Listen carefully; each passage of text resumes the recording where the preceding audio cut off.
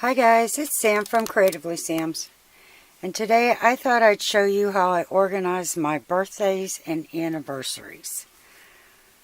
I started off with I guess that's a 1 inch, maybe 1.5 inch binder, and I got a whole bunch of these pocket dividers,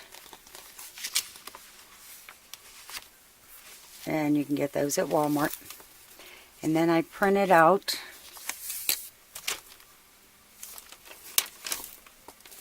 all the months, and I did this in a Word document in a table, and then I can write in everybody's birthday for every month.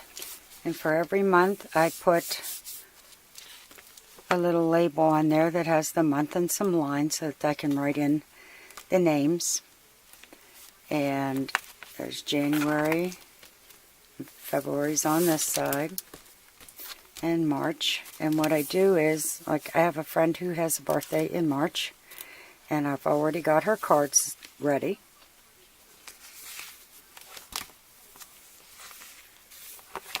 And I just do every month.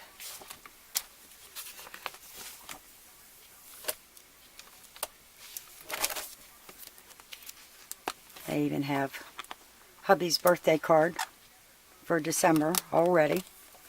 And I have specialty cards, and this one is a sympathy card. And I hope I don't have to use it, but it's good to have it, if just in case. And then the last one, I already have the Christmas cards for my granddaughter and my grandson.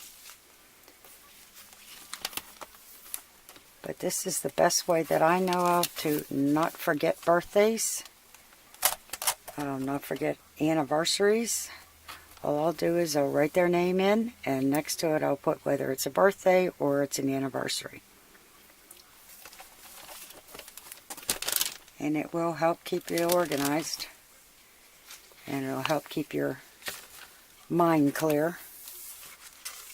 And anytime that I'm out and I see a card that I really like for a specific person, I'll just pick it up, whether it's at the Dollar Tree or Walmart or at Hallmark. And sometimes I have 2 and 3 for one person, but I've got it. So that's how I organize all of my birthday cards and my anniversary cards, and that's how I remember that I have them. So if you find this helpful, if you like what you saw, give it a thumbs up, subscribe, and happy creating, everyone.